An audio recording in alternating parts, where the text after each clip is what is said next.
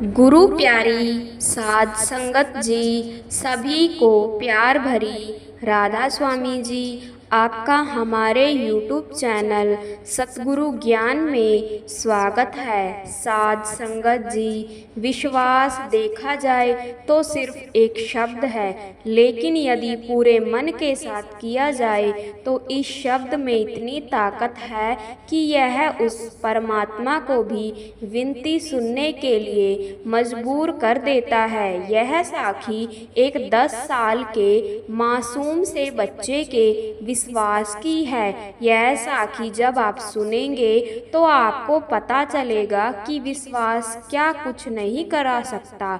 उड़ीसा के एक पिछड़े इलाके मोहन नगर में रहने वाला एक 10 साल का गरीब बच्चा अपनी बीमार माँ के साथ एक छोटे से किराए के मकान में रहा करता था। पिता का साया बहुत पहले ही सिर से उठ गया था और ना ही कोई भाई बहन। एक माँ है जो पिछले कई दिनों से गंभीर बीमारी से पीड़ित है।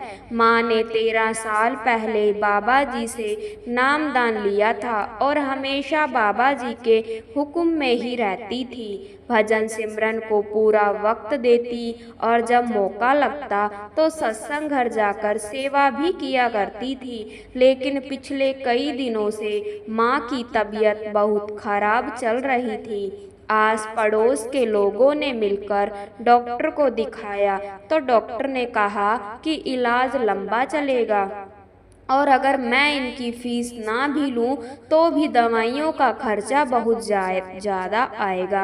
लगभग 6,000 का खर्चा आ जाएगा। उड़ीसा के एक पिछड़े इलाके में रहने वाले यह माँ बेटा 6,000 की रकम कैसे जुटा सकते थे। जब माँ ठीक थी तो थोड़ी बहुत मजदूरी या लोगों के घर में साफ सफाई और बर्तन करके साफ करके अपना और अपने बच्चे का पेट पाल लेती थी। लेकिन अब वह खुद ही बिस्तर पर पड़ गई थी। अब घर का यह हाल हो गया था कि एक वक्त का खाना भी बड़ी मुश्किल से मिल सकता था। लेकिन उसके 10 साल के बच्चे ने हिम्मत नहीं हारी।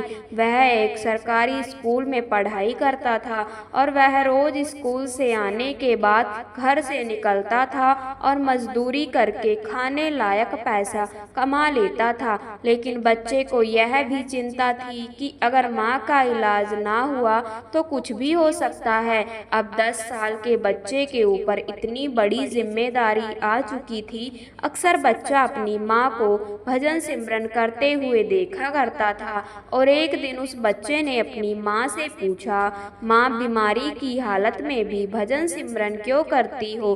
तो माँ ने समझाया, बेटा मैंने अपने गुरु से वादा किया था कि जब तक मेरे जिस्म में जान है तब तक मैं उनके हुक्म का पालन करूंगी, इसलिए मैं भजन सिमरन करती हूँ। तो बच्चा पूछने लगा, हमारे गुरु कौन हैं और कहाँ रहते हैं? तो माँ ने बाबा जी के स्वरूप के इशारा करते हुए कहा, यह हमारे गुरु हैं। तो बच्चा कहने लगा, आप बाबा जी की बात मानकर उनके लिए इतना भजन सिमरन करते हो तो बाबा जी आपको ठीक क्यों नहीं कर देते? तो माँ ने समझाया, बेटा बाबा जी एक ना एक दिन सब कुछ ठीक कर देंगे। अभी बाबा जी हमारी परीक्षा ले रहे हैं। वह देखना चाहते हैं कि बुरे दिनों की वजह से हमारा विश्वास तो नहीं डोलता, लेकिन मुझे बाबा जी पर पूरा विश्वास है। एक ना एक दिन वह मुझे ठीक कर देंगे। यह सुनकर बच्चा पूछने लगा, माँ तो आप इनको फोन करके क्यों नहीं बोल देती कि वह आपको जल्दी से ठीक कर दे? तो माँ ने समझाया, बेटा बाबा जी हमारे मन की आवाज को सुन लेते हैं, उन्हें बोलकर कुछ बताने की जरूरत नहीं पड़ती। तो बच्चा कहने लगा, माँ आप मुझे यह बताओ कि यह रहते कहाँ हैं? मैं इनको चिट्ठी लिखूंगा और यह मेरी चिट्ठी का जवाब जरूर देंगे। तो बच्चे की भोली बातें सुनकर माँ मुस्कुरा पड़ी और कहने लगी, बेटा यह बात दूर रहते हैं, और पंजाब के ब्यास के डेरे में रहते हैं। यह सारी बातें सुनकर उसने मन में ठान लिया कि वह बाबा जी को चिट्ठी जरूर लिखेगा। तभी उस बच्चे के दोस्तों ने उसको बाहर से आवाज लगा दी और वह दूसरे बच्चों के साथ खेलने चला गया और वापस आया तो माँ सो चुकी थी। फिर बच्चा बाबा जी की फोटो को देखने लगा और उसने अपनी कॉपी में से एक कागज को निकाला और उस पर लिखा, बाबा जी, मेरी माँ हमेशा आपका भजन सिमरन करती है, आपकी हर बात मानती है, लेकिन वह फिर भी बहुत बीमार है। यहाँ हम बहुत दुखी हैं और मेरी आपसे विनती है कि आप मुझे 6,000 रुपये दे दो, जिससे कि मैं अपनी माँ का इलाज करवा पाऊँ। जब से माँ बीमार हुई है मुझे पेट भर कर खाना नहीं मिलता, माँ काम पर नहीं जा पाती और ना ही मैं बहुत देर तक खेलने जा पाता हूँ, दिन भर भूखा रहना पड़ता है। फिर बच्चे ने यह सब लिखकर कागज को एक लिफाफे में डालकर ऊपर एड्रेस में लिखा, इस चिट्ठी को बाबा जी को पहुँचा दो। और बच्चा चिट्ठी लेकर डाक खाने में पहुँच गया और वहाँ खिड़की पर लाइन में लग गया। तो जब इस बच्चे की बारी आई और उसने चिट्ठी अंदर बैठे अधिकारी को दी तो अधिकारी ने एड्रेस देखकर कहा, इस पर पूरा एड्रेस लिखो। यह सब कुछ बच्चे के पीछे खड़ा एक आदमी देख रहा था। तो उसने बच्चे को कहा, बेटा चिट्ठी कहाँ भेजनी है? तो बच्चा कहने लगा, हमारे गुरुजी के पास पंजाब डेरा ब्यास में। उस आदमी ने पूछा, लेकिन इस पर तो एड्रेस पूरा नहीं है। फिर वह आदमी बच्चे को एक साइड पर ले गया और बैठ गया और बच्चे से पूछने लगा, इसमें क्या लिखा है? तो बच्चे ने चिट्ठी खोलकर दिखा दी। जब उस आदमी ने यह सब पढ़ा तो उसकी आंखों में आंसू आ गए और उसने बच्चे की नज़र से बचकर उस चिट्ठी पर अपने घर का एड्रेस लिख दिया और कहा, जब यह चिट्ठी बाबा जी को मिलेगी तो वह आपको पैसे कैसे भेज पाएंगे? आपने अपना एड्रेस तो इस पर लिखा ही नहीं। तो बच्चे ने बता दिया कि वह उड़ीसा के मोहन नगर में रहता है।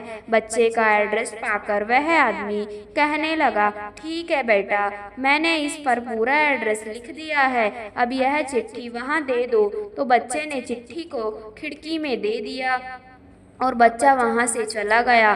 और वह आदमी जब अपने घर आया तो उसने यह सारी बात अपनी पत्नी को बताई। वह और उसकी पत्नी अक्सर मंदिरों में दान करते थे और इस बार भी उन्होंने लगभग 1.5 लाख लगाकर मंदिर में कुछ सजावट की चीजें लगवाने का काम करना था। तो उस आदमी की पत्नी कहने लगी, इस बार हम मंदिर में पैसों को ना देकर इस बच्चे की मदद कर दे तो क्या यह गलत बात होगी? तो वह आदमी कहने लगा, तुमने तो मेरे मुंह की बात छीन ली। हम सब एक परमात्मा के बनाए हुए बंदे हैं, हम सभी एक दूसरे से काम नहीं आएंगे तो कौन आएगा? और अगर मंदिर में दान देने की जगह हम उस बच्चे की मदद कर देंगे तो शायद परमात्मा को इससे और ज़्यादा खुशी होगी। मैंने बच्चे से उसका एड्रेस पूछ लिया था। 2 दिन के बाद मैं उसके घर जाऊंगा और यह पैसे उन्हें दे आऊंगा। यह सुनकर उस आदमी की पत्नी भी खुश हो गई। और इधर बच्चा जब घर पहुंचा तो जाकर माँ से कहने लगा, माँ तू चिंता ना कर, मैं 6,000 का इंतजाम कर आया हूँ, 3-4 दिन में पैसे आ जाएंगे, फिर आप अपना इलाज अच्छे से करवा पाएंगी। बच्चे की बात सुनकर माँ बड़ी हैरान हो रही थी और पूछने लगी, तूने 6,000 का इंतजाम किया तो कैसे किया? बच्चा कहने लगा, माँ तूने मुझे बाबा जी का एड्रेस दिया था तो मैंने बाबा जी को चिट्ठी लिख दी है और उन्हें कहा है कि मेरी माँ के इलाज के लिए 6,000 भिजवा दो। माँ फिर से मुस्कुरा पड़ी और कहने लगी, बेटा बाबा जी से कुछ मांगने की जरूरत नहीं होती, समय आने पर वह खुद ही हमें दे देते हैं। तो बच्चा कहने लगा, माँ लेकिन मुझे जल्दी से ठीक भी तो होना है, ऐसे कब तक हम भूखे रहेंगे?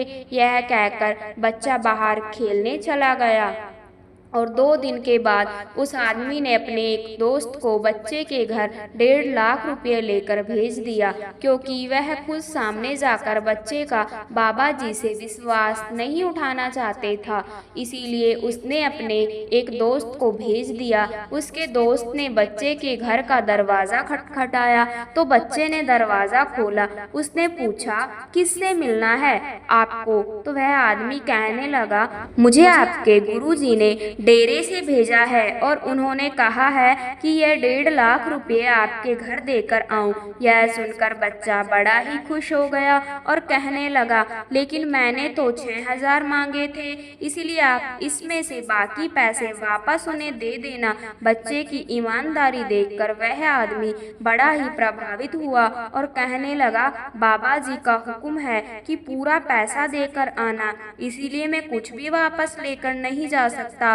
और यह कहकर वह आदमी वहां से चला गया। जब कुछ देर के बाद बच्चे की माँ नींद से जागी तो उसने देखा कि बच्चे के हाथ में बहुत सारे रुपए थे। तो माँ ने पूछा, यह कहाँ से आए हैं? तो बच्चा कहने लगा, माँ, मैंने तुझे बताया था ना कि बाबा जी 3-4 दिन में पैसे भेज देंगे। उन्होंने 2 ही दिन में भेज दिए। अब माँ एक तरफ से तो पैसों के पैकेट को देखने लगी और दूसरी तरफ अपने बच्चे के चेहरे को, और मन में सोच में पड़ गई कि ऐसा कैसे हो गया। फिर माँ ने पूछा, क्या बाबा जी खुद आए थे पैसे देने? तो बच्चे ने बड़ी ही मासूमियत के साथ कहा, माँ, बाबा जी के पास सेवादारों की कमी थोड़े ना है। उनका एक सेवादार आया था और यह पैसे देकर चला गया, और बाबा जी से मैंने जितने पैसे मंगवाए थे बाबा जी ने उससे कहीं ज़्यादा पैसे भेजे हैं।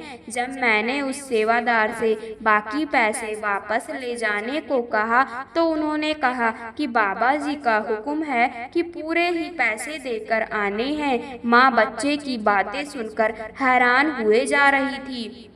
संगत जी, जब हम मालिक से अरदास करते हैं तो मालिक खुद हर जगह नहीं पहुंच सकते। वह किसी न किसी को हमारी मदद के लिए भेज देते हैं, कोई ना कोई रास्ता खुद बना देते हैं। बस हमें विश्वास नहीं छोड़ना चाहिए। जहां अटूट विश्वास होता है वहां मालिक को आना ही पड़ता है और वही चमत्कार भी होते हैं। बच्चे का विश्वास था कि अगर वह बाबा जी को चिट्ठी लिखकर अपनी परेशानी बताएगा तो बाबा जी जरूर उसकी मदद करेंगे, और बाबा जी उसका विश्वास कैसे तोड़ सकते थे। उसी दिन और उसी समय जब वह बच्चा डाकघर गया हुआ था, तभी बाबा जी ने उस शख्स को भी डाकघर खाने भेजा और उस बच्चे से मिलवाया। यह कोई इंतफाक नहीं, यह एक बच्चे के विश्वास और उस परमात्मा की दया मेहर की बात है।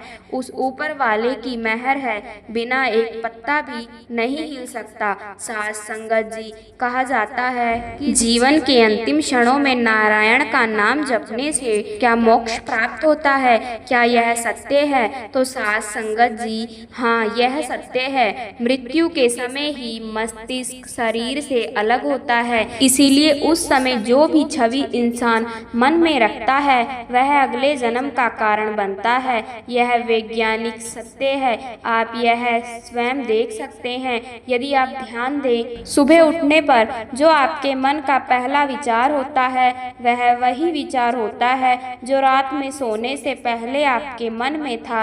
अब आपका मन किसी न किसी प्रकार के विचारों से इतना घिरा रहता है कि मृत्यु के समय आपको नारायण नाम का जाप करना याद भी न आए। इसीलिए पूर्वजों ने कहा है कि भगवान को याद करते रहो, उनका नारायण नाम लेकर हर रात सोने से पहले उन्हें याद करो। जब आप स्नान करो, भजन करो, तब भी उन्हें याद करो और धन्यवाद करो। प्राप्त हुए भजन के लिए कुछ नया कार्य शुरू करने से पहले उन्हें स्मरण करें। एक शुभ आरंभ के लिए प्राचीन लोग बहुत ज्ञानी थे और उन्होंने इसे एक प्रथा बना दिया था। इसलिए जब कोई एक नई दुकान खोलता है, पहला काम जो उन्हें करना चाहिए वह है नाम सिमरण। हम सब यह करते हैं कि नहीं? हम यह आज भी करते हैं। हर व्यक्ति प्रार्थना करता है, चाहे बच्चे हो, बड़े हो या वृद्ध, पर वह भय के कारण ऐसा करते हैं। मैं कहूँगा कि भय के कारण नहीं, बल्कि प्रेम भाव से प्रार्थना करिए, एक गहरे आभार के भाव से। जब आप प्रेम और विश्वास के साथ प्रार्थना करते हैं, तब आप खिल उठते हैं। कोई नया कार्य करने से पहले भगवान का स्मरण करने में कठिनाई क्या है? आप ईश्वर का स्मरण किसी भी नाम के जाप से कर सकते हैं। इस कलयुग में एक बहुत ही सरल सुंदर साधन है, जिसको कर लेने से यह जीव समस्त पापों से मुक्त हो जाता है। वह उपाय यह है कि निरंतर भगवान का स्मरण करना, उनके नाम को लेना, क्योंकि अजामिल जैसे पापी ने भी भगवान के नाम को लेकर उनमें मन लगाकर अपना कल्याण कर लिया। श्रीमद् भागवत में वर्णन आया है कि जब एक बार यमराज ने अपने दूतों से कहा कि मेरे दूतों, मृत्यु लोक से उन्हें नर नारियों को इस यमपुरी में लाना जो भगवान के नाम को नहीं लेते, भगवान के चरण कमल में प्रणाम नहीं करते, और जो नर नारी निरंतर भगवान के नाम को लेते रहते हैं, भगवान का स्मरण करते रहते हैं, वह नर नारी कितना भी बड़ा पाप क्यों न किया हो, उन्हें यमपुरी में मत लाना, क्योंकि भगवान के नाम में इतनी शक्ति है कि महान से महान पाप राशि क्षण भर में नष्ट हो जाती है। भक्त प्रहलाद की रक्षा के लिए भगवान नरसिंह के रूप में अवतरित हुए और हिरण्यकश्यप से प्रहलाद के प्राणों की रक्षा की। मित्रों, आपको बता दें कि देवताओं के कार्यों को सिद्ध करने के लिए भी भगवान ने मोहिनी अवतार लेकर देवताओं से अमृत की रक्षा की। गजेंद्र दृष्टांत का उल्लेख करते हुए बताया गया कि जब मगरमच्छ ने अपने मुंह में गजेंद्र के पैर को पकड़ लिया, तो गजेंद्र ने अपने प्राणों की रक्षा के लिए भगवान को याद किया। गजेंद्र का उद्धार करने के लिए भगवान ने श्री हरि का अवतार लेकर तुरंत ही उसके प्राणों की रक्षा की। जीवन में परमात्मा कितनी बार अलग अलग रूप में हमारे पास आते हैं, लेकिन हम उनको पहचान नहीं पाते। भगवान सर्वत्र व्याप्त है, लेकिन हम उन्हें देख सुन नहीं सकते। यदि हम साधना करें और भगवान कृपा हो तो कुछ क्षणों के लिए दिव्यता प्राप्त होती है और हम भगवान के दर्शन कर सकते हैं। आज लोग मंदिर जाते हैं और प्रार्थना करते हैं, कहते हैं कि भगवान हमारा एक काम कर देना, हम 1.25 किलो लड्डू चढ़ाएंगे। सच्चे मन से पुकारने की देरी है, भगवान तत्काल प्रकट हो जाएंगे। इसी तरह भोग विलास में रत अनुरागिनी मेवा पैसे नहीं चाहिए, वह तो प्रेम के भूखे हैं। हम तो यह सब चीज़ें अर्पित कर देते हैं, लेकिन प्रेम अर्पित नहीं कर पाते। जीवन में विवेक को सदा साथ रखना चाहिए। हम परिस्थितियों के अनुसार विवेक का प्रयोग न कर दूसरों के कष्ट को बढ़ावा देते हैं और स्वयं भी निंदा पात्र बनते हैं। मनुष्य को अपना चेहरा देखने के लिए जिस तरह दर्पण की जरूरत होती है, उसी तरह आत्मा को देखने के लिए मन रूपी दर्पण की जरूरत होती है।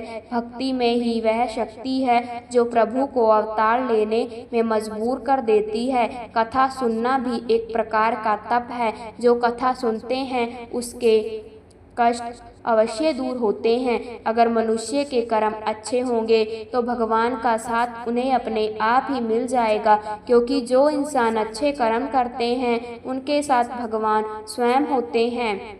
इंसानों की सोच में बस इतना सा ही फर्क होता है कि कोई व्यक्ति खुली आंखों से सपना देखते हैं तो कोई व्यक्ति बंद आंखों से। साध संगत जी, आज इस वीडियो के माध्यम से हम उन बातों को जानेंगे जिससे आप एक ऐसी सोच विकसित करेंगे जिससे अपनी गरीबी को हमेशा के लिए समाप्त कर सकेंगे और फिर जीवन में कभी भी नहीं देखनी पड़ेगी। साध संगत जी, एक समय की बात है, एक गुरु और शिष्य साथ में कहीं जा रहे थे। चलते चलते वह एक बड़े से खेत के पास पहुँचे। उन दोनों को प्यास सताने लगी तो उन्हें खेतों के बीचों बीच एक टूटा फूटा घर दिखाई देता है। अब गुरु और शिष्य दोनों लोग उसे घर के पास पहुँच जाते हैं और उस घर के दरवाजे को खटखटाते हैं। थोड़ी ही देर में दरवाज़ा खुलता है और अंदर से एक व्यक्ति निकलता है, जिसके साथ में उसकी पत्नी पत्नी एवं 3 बच्चे भी आते हैं, जो बहुत ही फटे पुराने कपड़े पहने रखे थे। और गुरुजी उन लोगों से विनम्र आवाज से कहते हैं कि पानी मिलेगा क्या, बहुत ही जोर से प्यास लगी है। वह व्यक्ति अंदर से पानी लेकर आता है, जिसे गुरुजी पी लेते हैं। फिर अचानक गुरुजी जब उस व्यक्ति से कहने लगते हैं, आपका खेत तो बहुत बड़ा है, परंतु इसमें कोई फसल नहीं है, फिर आप लोगों का गुजारा कैसे चलता है। गुरुजी की ऐसी बातें सुनकर वह व्यक्ति कहता है, गुरुजी हमारे पास एक भैंस है जो काफ़ी दूध देती है, वही दूध बेचकर कुछ पैसे मिलते हैं, जिससे हमारा गुजारा हो जाता है। इसी तरह बातों ही बातों में शाम हो जाती है, तो गुरु ने सोचा आज की रात्रि हम यहीं रुक जाते हैं। इसके बाद गुरुजी उस व्यक्ति से रुकने की अनुमति मांगते हैं। वह व्यक्ति अनुमति दे देता है और गुरुजी वहीं रुक जाते हैं। गुरुजी नींद से उठ जाते हैं और अपने शिष्य के कान में जाकर एकदम धीरे से आवाज देते हैं, इधर से चलो, अब हमें यहाँ से चलना चाहिए और इसके भैंस को भी साथ में ले जाकर जंगल में छोड़ देना है। गुरुजी की ऐसी बातों को सुनकर थोड़े समय के लिए शिष्य को विश्वास नहीं हो पा रहा था, क्योंकि यह वही गुरु हैं जो इतना ज्ञान दिया करते थे कि चोरी करना सबसे बड़ा अपराध है, परंतु आज पहली बार किसी के साथ गलत करने के लिए बोल रहे थे। लेकिन शिष्य गुरु की बात को टाल भी नहीं सकता था। आखिर वह गुरु और शिष्य जंगल की तरफ उस भैंस को लेकर निकल पड़ते हैं और उस भैंस को जंगल में ले जाकर ऐसी जगह छोड़ देते हैं जहां से उसका वापस आना बहुत मुश्किल था।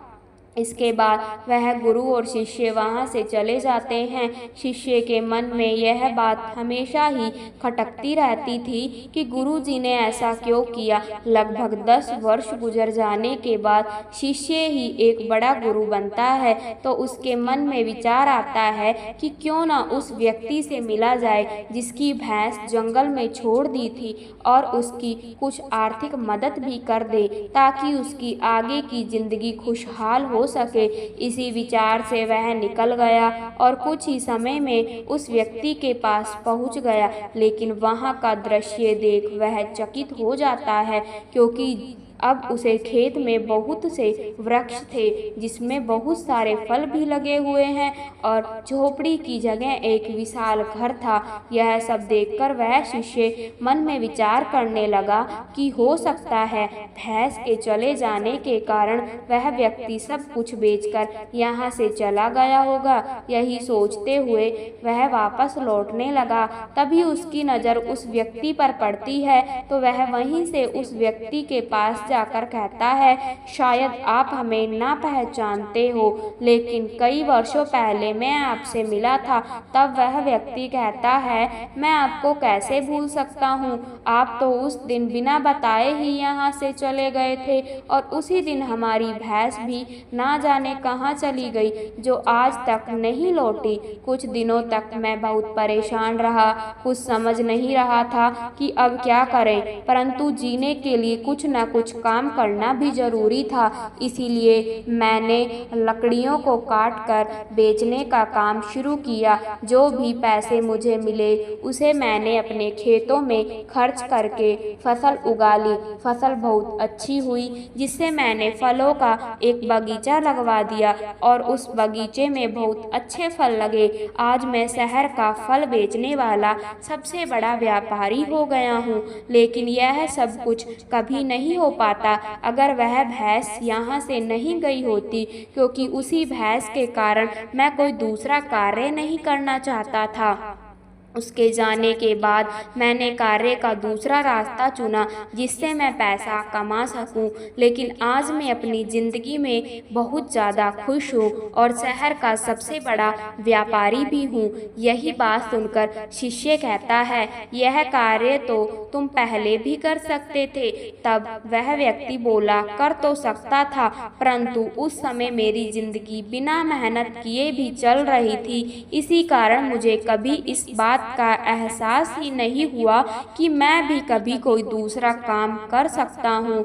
यही कारण है कि मैंने कभी कोशिश नहीं की, लेकिन भैंस के जाने के बाद मुझे इस बात का एहसास होने लगा कि मैं कोई दूसरा कार्य भी कर सकता हूँ और मैंने उसी समय यह निश्चय किया कि अब अपनी जिंदगी में जो कुछ भी करूँगा अपने दम पर करूँगा। इसी संकल्प की वजह से आज इस मुकाम पर पहुँचा हूँ। साध संगत जी, इस साखी को सुनकर इस बात पर विचार करना चाहिए कि कहीं आपके भी जीवन में कोई रुकावट तो नहीं है। अगर कोई रुकावट है तो उसे दूर करने का प्रयास कीजिए। मित्रों, एक बार की बात है, एक गरीब ब्राह्मणी थी। वह रोजाना भिक्षा से जो मांग कर लाती उसी से अपना पालन पोषण करती थी, परंतु एक बार उसे लगातार काफी दिनों तक कुछ भी भिक्षा से नहीं मिला। एक दिन पूरा दिन घूमते घूमते शाम को उसे खाने के लिए 2 मुट्ठी चने मिले। जब वह कुटिया में पहुंची तब रात हो चुकी थी। ब्राह्मणी ने सोचा, अब मैं इस अनाज को नहीं खाऊंगी, सुबह भगवान को भोग लगाकर ही इस अनाज को ग्रहण करूंगी। यह सोचकर कई दिनों से भूखी प्यासी वह ब्राह्मणी केवल पानी पीकर ही सो गई। रात में 2 चोर उस ब्राह्मणी की कुटिया में आए। उन्होंने बुढ़िया की कुटिया में सब जगह देखा, उन्हें कुछ नहीं मिला, परंतु अंत में उन्हें वह 2 पोटलियां मिल गई जिसमें ब्राह्मणी ने दान से मिला हुआ अनाज रखा हुआ था। चोरों ने समझा कि इसमें ब्राह्मणी ने कोई धन छुपा कर रखा हुआ है। वह उसे लेकर वहां से भाग गए। इतने में ब्राह्मणी की नींद खुल गई। ब्राह्मणी ने देखा कि उसकी पोटली वहां पर नहीं है। ब्राह्मणी बहुत निराश हो गई। ब्राह्मणी ने मन ही मन परेशान होकर श्राप दिया, जो भी व्यक्ति मेरे इन चनों को खाएगा वह भी मेरी तरह गरीबी का जीवन व्यतीत करेगा। चोर भागते भागते संदीपन आशी के आश्रम में पहुंच गए, जहां पर भगवान श्री कृष्ण और सुदामा विद्या ग्रहण किया करते थे। वहां पर आश्रम में जब उन्होंने लोगों को देखा तो वह लोग उससे भाग गए। भागते भागते उनकी वह अनाज की पोटली वहीं पर छूट गई। जब सुबह भगवान श्री कृष्ण और सुदामा जंगल में जाने लगे तब आरसी पत्नी ने वनों की पोटली सुदामा को देते हुए कहा, भूख लगने पर इन्हें खा लेना। सुदामा अंतर्यामी थे, वह जानते थे कि यह चने की पोटली ब्राह्मणी की है और ब्राह्मणी ने उन चनों को खाने वाले व्यक्ति को गरीबी का जीवन व्यतीत करने के लिए श्राप दिया है। अगर मेरे मित्र श्री कृष्ण जिन्होंने पूरी सृष्टि की रक्षा करनी है वही अगर दरिद्र हो जाएंगे तो सृष्टि की रक्षा कैसे हो पाएगी। इसलिए सुदामा ने सारे ही चने अकेले खा लिए और भगवान श्री कृष्ण को वह चने नहीं दिए। उसी श्राप के कारण सुदामा को गरीबी का जीवन व्यतीत करना पड़ा। महाभारत के अनुशासन पर पर्व में कहा गया है, दानम भोगी भवति, यानी उदार से भोग प्राप्त होता है। भूखा और गरीब आदमी घर के द्वार पर भोजन मांगने आए और उसे दुत्कार करके भगा देना महापाप माना गया है। श्री स्त्रियों नाम सत्कार्य भूति मित्रता पालिका निहिता श्री भवती भारत है, यानी स्त्रियां ही श्री अर्थात लक्ष्मी है। ऐश्वर्य चाहने वाले को इनका आदर करना चाहिए। जो पुरुष अपनी पत्नी के साथ बुरा व्यवहार करते हैं, उनके साथ कटु वचन बोलते हैं और मारपीट करते हैं, उन घरों से अधिक समय तक लक्ष्मी नहीं रहती। पुराणों में लिखा है कि जहाँ गृह लक्ष्मी यानी घर की स्त्री का अनादर होता है वहाँ अधिक समय तक देवी लक्ष्मी नहीं रहती है, यानी वहाँ गरीबी आते देर नहीं लगती है। मंदिरा और जुआ को स्वर्णाश का कारण माना गया है। इसका उदाहरण महाभारत में प्रत्यक्ष दिखाया गया है। जुआ खेलने के कारण चक्रवर्ती सम्राट युधिष्ठिर को अपना राजपाट गवा देना पड़ा और अंत अंत में पत्नी तक को दांव पर लगाना पड़ गया। युधिष्ठिर को वर्षों भाई और पत्नी के साथ वन वन भटकना पड़ा, पर स्त्री गमन को महापाप माना गया है। बाली से लेकर रावण तक और रामायण से लेकर महाभारत तक इसके अनेक उदाहरण मिलते हैं, जिनमें पर स्त्री पर कुदृष्टि डालने के कारण धन संपन्न व्यक्ति भी दरिद्र हो गए। अहिल्या पर कुदृष्टि डालने के कारण देवताओं के राजा इंद्र को भी अपना राजपाट गवाकर सामान्य मनुष्य की तरह भटकना पड़ा था।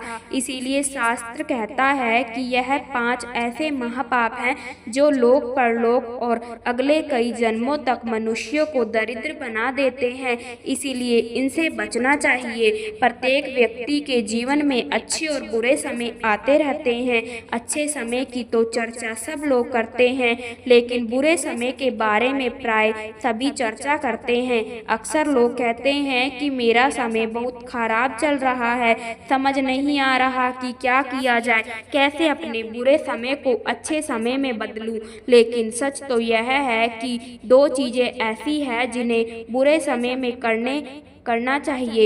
एक बहुत ही गरीब किसान था, वह तो बहुत गरीब लेकिन मेहनती और खुश था।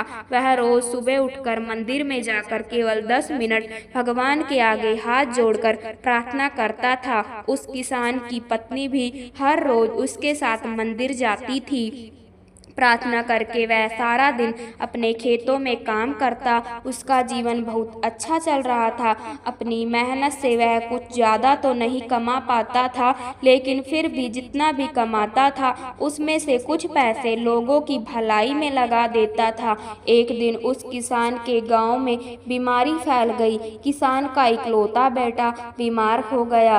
किसान के गांव में इस बीमारी का इलाज करने के लिए कोई अच्छा डॉक्टर नहीं था। पास के शहर में उस बालक को ले जाया गया। शहर के इस अस्पताल का इलाज बहुत ही महंगा था। उस बेचारे किसान के लिए अस्पताल और डॉक्टर का खर्चा आदि दे पाना बहुत ही मुश्किल था। किसान दिन प्रतिदिन हिम्मत हारता जा रहा था। एक दिन अस्पताल में बैठे बैठे वह इतना हताश हो गया कि वह जोर जोर से रोने लगा। साथ ही कहने लगा, पता नहीं किस चीज का बदला भगवान मुझसे ले रहे हैं। कभी वह खुद को कोसता तो कभी भगवान को। लेकिन किसान की पत्नी को भगवान पर अटूट विश्वास था, लेकिन किसान को आशा की कोई किरण नजर नहीं आ रही थी। अस्पताल के कुछ दूरी पर ही मंदिर था। किसान की पत्नी हर रोज उस मंदिर में प्रार्थना करने जाती थी, लेकिन किसान का मन प्रार्थना करने का नहीं करता था। डॉक्टर ने उस किसान से कहा, बच्चे के इलाज के लिए 10,000 रुपये की आवश्यकता है, पर किसान के लिए इतनी बड़ी रकम इकट्ठा कर पाना मुश्किल था। किसान की पत्नी अब भी मंदिर जाती थी। वह भगवान के आगे हाथ जोड़कर प्रार्थना करती कि उसका पुत्र ठीक हो जाए।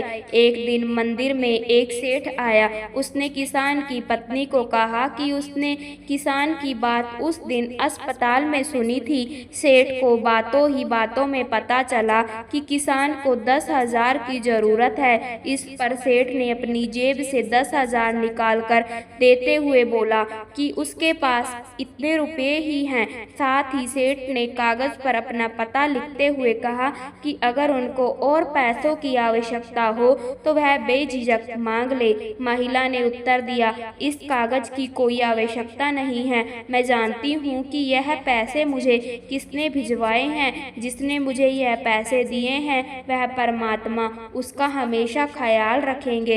इसे कहते हैं अटूट विश्वास। यह सबसे जरूरी चीज है जिसे हम अक्सर खो देते हैं। भगवान श्री कृष्ण गीता के 9वें अध्याय के 22वें श्लोक में कहते हैं, जो मनुष्य मेरे पर मन लगाते हैं, मेरा ध्यान करते हैं, मैं उनको वह प्रदान करता हूँ जो उनके नहीं है। साथ ही जो उनके पास है मैं उसकी रक्षा भी करता हूँ। इसलिए यह बहुत जरूरी है कि हम अपने बुरे वक्त में परमात्मा पर भरोसा रखें। इसके अलावा गीता के दूसरे अध्याय के 14वें श्लोक में कहा है कि सुख और दुख का भाव इंद्रियों से निकलता है यह मौसम के समान है, यानी यह सुख और दुख दोनों ही हमेशा नहीं रहेंगे।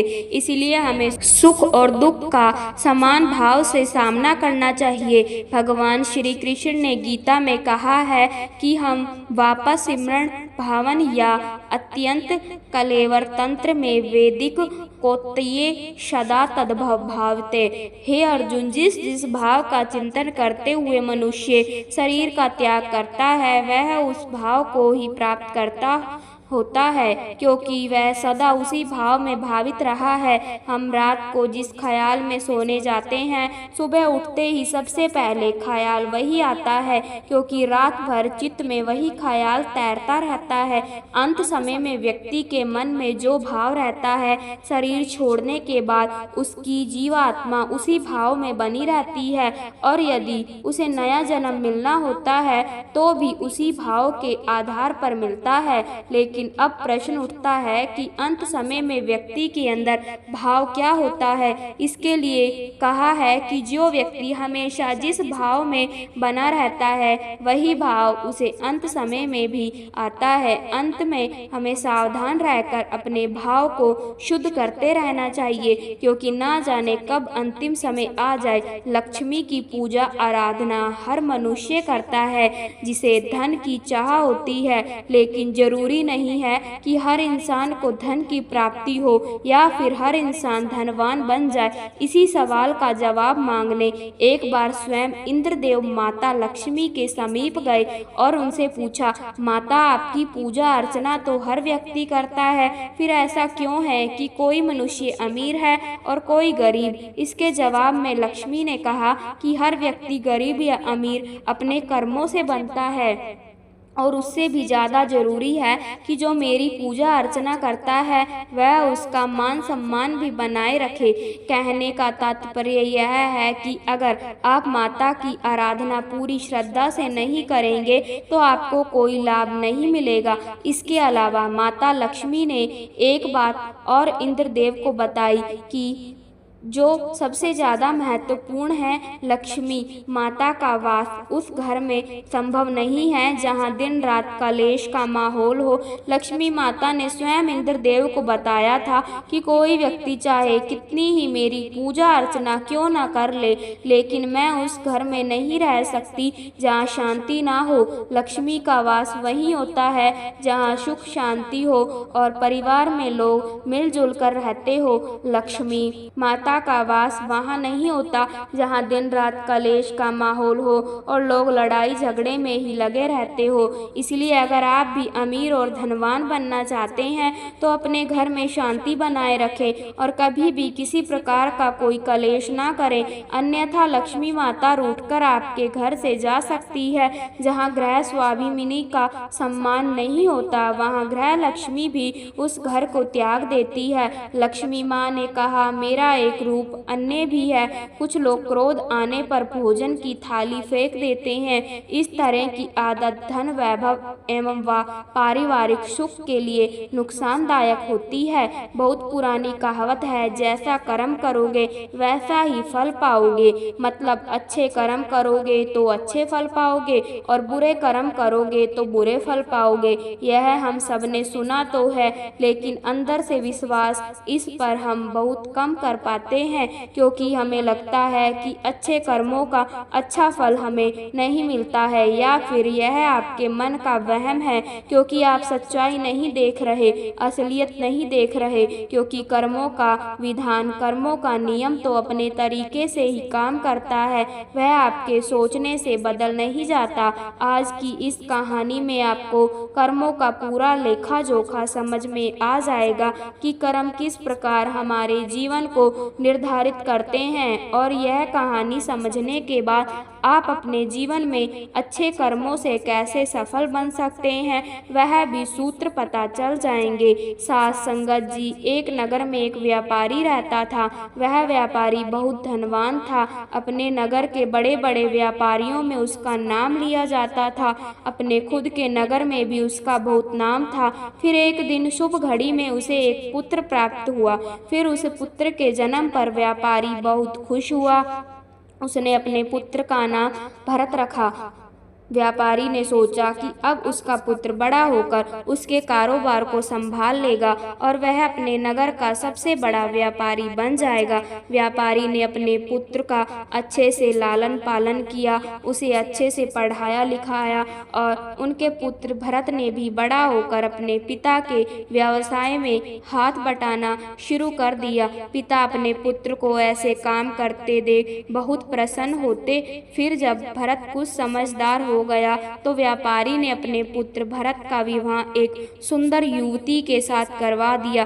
भरत भी बहुत खुश था। भरत शादी होने तक तो अपने पिता के साथ व्यवसाय में हाथ बटा रहा था, लेकिन फिर अचानक ही भरत में कुछ परिवर्तन आने लगे। वह दिन भर अपने दोस्तों के साथ घूमने लगा।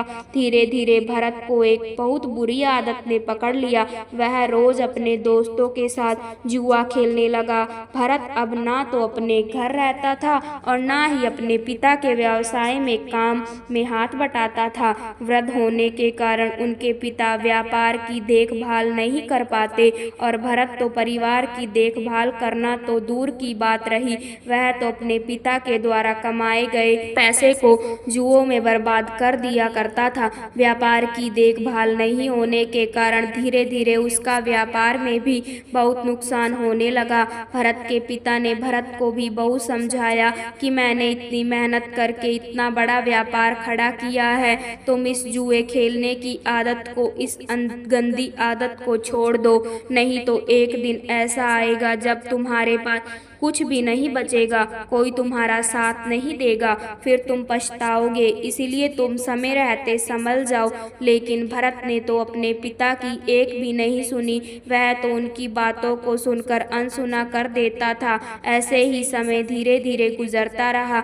समय के साथ उसके पिता और भी बूढ़े होते गए और उनको बीमारियों ने जकड़ लिया। कुछ समय के बाद ही उस व्यापारी की मृत्यु हो गई। अपने पिता की मृत्यु पर भी भरत को बिल्कुल भी अफसोस नहीं था। उसके चेहरे को देखने से ऐसा लगता था कि उसे कोई दुख नहीं है। ऐसा लग रहा था कि मानो उसके पिता की मृत्यु के बाद तो उसे आज़ादी मिल गई हो।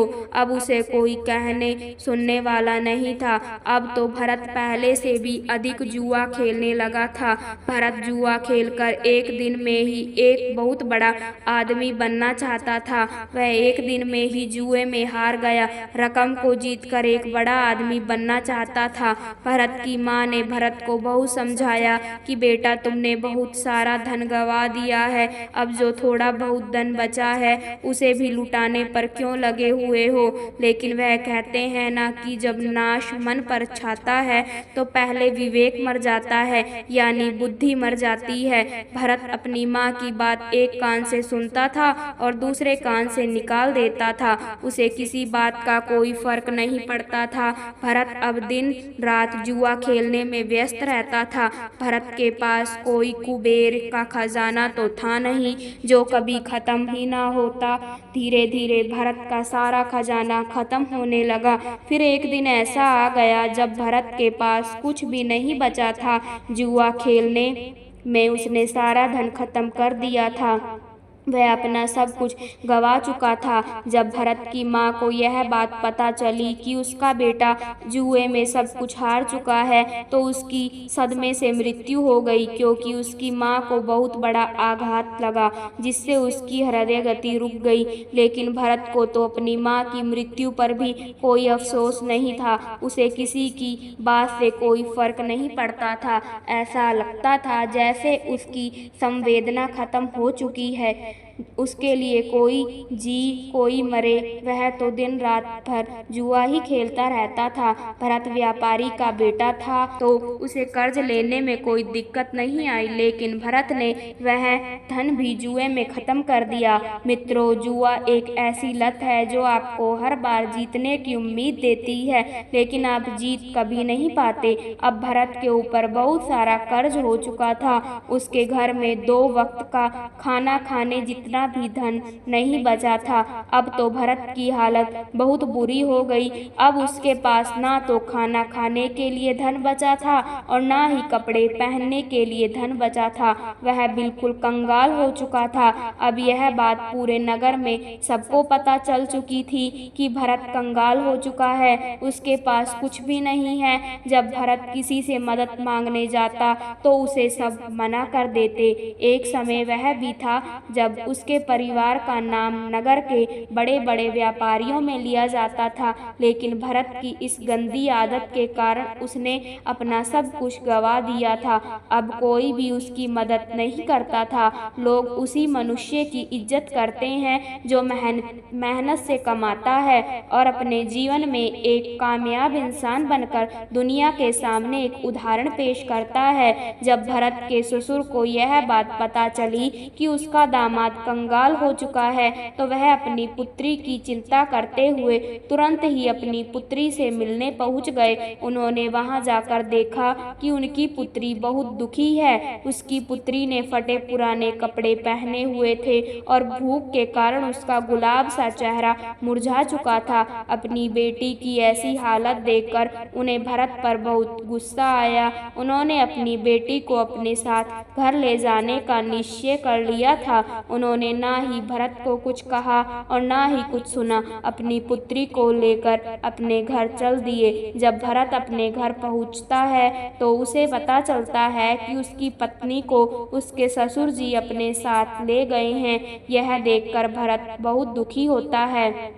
अब वह बिल्कुल ही अकेला पड़ चुका था। अब ना तो उसके पास पैसा था, ना पत्नी थी और ना ही उसके माता पिता थे। सब लोग उसको अकेला छोड़कर जा चुके थे। अब भरत को अपने पिता की हर वह बात याद आने लगी जो उसके पिता ने उसे समझाई थी। उसकी ऐसी हालत का जिम्मेदार वह स्वयं था।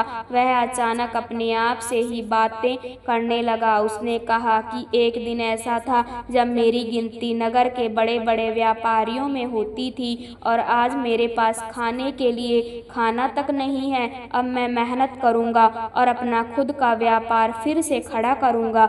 यह सोचकर भरत अपने ससुर से मिलने के लिए चला जाता है ताकि वह उनसे कुछ धन उधार लेकर अपना व्यापार फिर से शुरू कर सके। सुबह होते ही वह अपने ससुर से मिलने के लिए निकल पड़ता है। ससुराल पहुंचकर वह अपनी हालत को देखकर रोने लगता है। अपने फटे पुराने कपड़ों को देखकर वह सोचता है कि वह अपने ससुराल में ऐसे फटे पुराने कपड़ों में तो नहीं जा सकता है। मैं साफ सुथरे कपड़े पहनकर ही अपने ससुर से मिलने जाऊंगा और अगर वह फटे पुराने कपड़ों में ससुराल जाएगा तो उसकी बची हुई इज्जत भी खत्म हो जाएगी। यह सब सोचकर वह इधर उधर देखने लगा। उसकी नज़र एक कपड़े की दुकान पर गई, लेकिन शाम को जाने के कारण वह दुकान बंद हो चुकी थी। भरत ने निश्चय किया कि वह सुबह तक वही इंतजार करेगा। जैसे ही दुकान खुलेगी तो वह अपने ससुर का नाम लेकर कपड़े खरीद लेगा और जब ससुर जी से पैसे मिलेंगे तब वह उस दुकान का उधार चुका देगा। अपने फटे पुराने कपड़ों में ससुराल वालों के घर जाने से अच्छा है कि मैं एक रात इस दुकान के बाहर ही गुजार देता हूँ। यह सब सोचकर भरत दुकान के बाहर ही सो जाता है। भरत भूख के मारे इधर उधर करवटें ले रहा था। तभी भरत ने देखा कि एक युवक चुपचाप दुकान के भीतर जा रहा है। उस युवक के भीतर जाने के कुछ देर बाद ही एक स्त्री भी दबे पांव उस तरफ आई और दुकान के अंदर चली गई। भरत को वह स्त्री अंधेरे में भी जानी पहचानी लग रही थी। भरत ने उस स्त्री को ठीक ढंग से देखने के लिए दुकान की खिड़की से बाहर झांका। वहां पर उसने जो देखा उसे देखकर उसके होश उड़ गए, क्योंकि वह औरत और कोई नहीं बल्कि उसकी ही पत्नी थी। फिर भरत ने अपनी पत्नी और उस युवक की बातें ध्यान से सुनी। भरत की पत्नी उससे कह रही थी कि मैं तुमसे विवाह करके पूरी जिंदगी तुम्हारे साथ रहना चाहती हूँ। मैंने आज तुम्हें यहाँ एक राज की बात बताने के लिए बुलाया है ताकि हम विवाह करने के बाद आराम से रह सके। हमारे पास किसी भी चीज की कोई कमी ना हो। उस युवक ने बड़ी ही उत्सुकता के साथ पूछा कि कौन सा राज, तुम किस राज की बात कर रही हो। फिर भरत की पत्नी ने उस युवक से कहा कि मेरे ससुर जी बहुत नामी व्यापारी थे। उन्होंने अपने जीवन में बहुत ही कठिन परिश्रम किया था और खूब सारा धन कमाया था। उन्होंने 4 घड़े सोने के सिक्कों से भरवाकर मकान के चारों कोनों में गड़वा दिए थे। यह काम उन्होंने इसीलिए किया था ताकि बुरे समय में उस धन का उपयोग किया जा सके। उन्होंने अपने बेटे को इस धन के बारे में कभी नहीं बताया, क्योंकि उन्हें डर था कि कहीं उनका जुआरी बेटा उस धन को भी जुए में ना उड़ा दे। फिर भरत की पत्नी ने उस व्यक्ति से कहा कि तुम जल्दी से मेरे ससुराल जाओ और मेरे पति से वह मकान खरीद लो। वह मकान तुम्हें आसानी से दे देगा, क्योंकि उसने अपनी सारी जमा पूंजी जो जुए में ही हार दी है। फिर तुम उस मकान के चारों कोनों की खुदाई करना और उन चारों घड़ों को अपने कब्जे में कर लेना, जिसके बाद हमें कभी भी धन कमाने की आवश्यकता नहीं होगी और फिर हम पूरा जीवन खुशी से रहेंगे। अपनी पत्नी के मुंह से यह सारी बातें सुनकर उसे बहुत दुख हुआ। वह सोचने लगा कि आज मेरी बुरी आदतों के कारण मेरी पत्नी मेरी नहीं रही, बल्कि वह किसी दूसरे पुरुष के साथ होकर उसका साथ दे रही है, उससे विवाह करने की योजना तक बना रही है। लेकिन मैं ऐसा कभी होने नहीं दूंगा। मैं अपने पिता की कमाई हुई दौलत को इस आदमी के हाथों तो कभी नहीं जाने दूंगा। मानो कि मैं बुरी संगत में पड़ गया था, मुझे जुआ खेलने की गंदी लत लग गई थी, लेकिन अब मुझे सब कुछ समझ में आ चुका है। अब मैं अपने पिता की दौलत को इस तरह लूटने नहीं दूंगा। यह सब सोचकर भरत तुरंत अपने नगर के लिए निकल जाता है। सुबह होते होते वह अपने घर पहुंच जाता है। घर पहुंचकर वह बिना कोई समय गवाए अपने घर के चारों कोनों की खुदाई करना शुरू कर देता है। खुदाई करने के कुछ ही देर बाद उसे वह चारों घड़े मिल जाते हैं। फिर वह उन चारों घड़ों में सोने के सिक्कों को निकाल लेता है और उन घड़ों में कोयला भरकर वापस उसी जगह पर रख देता है। इसके बाद भरत अपनी पत्नी के प्रेमी का इंतजार करने लगता है। कुछ दिनों के बाद उसकी पत्नी का प्रेमी उसके घर पर आता है। वह उसके घर आकर कहता है कि मैंने सुना है कि यह मकान बेचने के लिए उपलब्ध है, तुम मुझे घर बेच सकते हो, क्योंकि मैं इस नगर में अपना व्यवसाय शुरू करना चाहता हूँ। मुझे घर की जरूरत है और तुम्हें पैसों की जरूरत है। हम दोनों की जरूरतें पूरी हो जाएंगी। भरत तो इसी मौके के इंतजार में था। उसे उस आदमी की सारी योजना पहले से ही पता थी। उसने तुरंत अपना मकान उसे बेच दिया और फिर भरत मकान बेचने से मिली रकम और सोने के सिक्कों को लेकर दूसरे नगर को चला गया, ताकि वह वहां जाकर अपना नया काम शुरू कर सके। वहां पहुंचकर भरत ने व्यापार शुरू कर दिया। शुरू में उसे बहुत कठिनाई हुई। उसने खूब मेहनत की और अपने से बुरी आदतों को दूर रखा। व्यापार में कभी कभी थोड़ी बहुत ऊंच नीच होती रहती है, लेकिन उसने सब कुछ संभाल लिया। थोड़े से दिनों में ही उसने बहुत सारा धन कमा लिया। फिर उसे नगर में रहने वाले एक सेठ की नज़र भरत पर पड़ती है। सेठ ने भरत को देखकर यह सोचा कि यह युवक बहुत ही मेहनती है। इसने इतने कम दिनों में अपने व्यापार को इतनी बुलंदियों पर पहुंचा दिया है। मैं अपनी बेटी की शादी इस वक्त इससे कर देता हूँ। मुझे अपनी बेटी के लिए इससे अच्छा तो मिल ही नहीं सकता। फिर वह सेठ भरत के पास जाकर उसके सामने शादी का प्रस्ताव रख देता है। भरत ने भी सेठ का प्रस्ताव स्वीकार कर लेता है और सेठ ने अपनी बेटी की शादी भरत से करवा दी। अब भरत के पास वापस पहले जैसा ही सब कुछ हो गया था। उसने धन कमा लिया था, इज्जत भी, शादी भी हो गई थी। अब उसके पास सब कुछ था। अब भरत अपना जीवन खुशी से जी रहा था। अब उसके पास किसी भी चीज की कोई कमी नहीं थी। उधर भरत की पुरानी पत्नी का प्रेमी वह घर पाकर बहुत खुश हो रहा था। लेकिन जब उसने मकान के चारों कोनों की खुदाई की तो उसे सोने के सिक्कों के बदले कोयले के भरे 4 घड़े मिले और कोयले से भरे घड़े को देखकर वह छाती पीट पीट कर रोने लगा। उस युवक को भरत की पत्नी पर बहुत गुस्सा आ रहा था। वह सोच रहा था कि काश उसने उसकी बात नहीं मानी होती। अगर मैंने उसकी बात नहीं मानी होती तो मुझे आज अपना धन नहीं गंवाना पड़ता। सोने के सिक्कों से भरे घड़े मिलना तो दूर, मेरे जीवन की जमा पूंजी भी जाती रही। इसके बाद उस युवक ने भरत की पत्नी को भी सबक सिखाने के लिए उसे छोड़ दिया। वह वापस अपने गांव लौटा और अपने प्रेमिका को बुलाया और कहा कि तूने मुझे ठगने की कोशिश की है, मेरी सारी जमा पूंजी तूने बर्बाद कर दी, अब मेरे पास कुछ भी नहीं बचा है। आज के बाद कभी मुझे अपना चेहरा मत दिखाना, चली जाओ मेरे सामने से। उधर भरत ने अपनी गलती से सीख लिया था कि बुरे कर्म करोगे तो परिणाम बुरा ही पाओगे।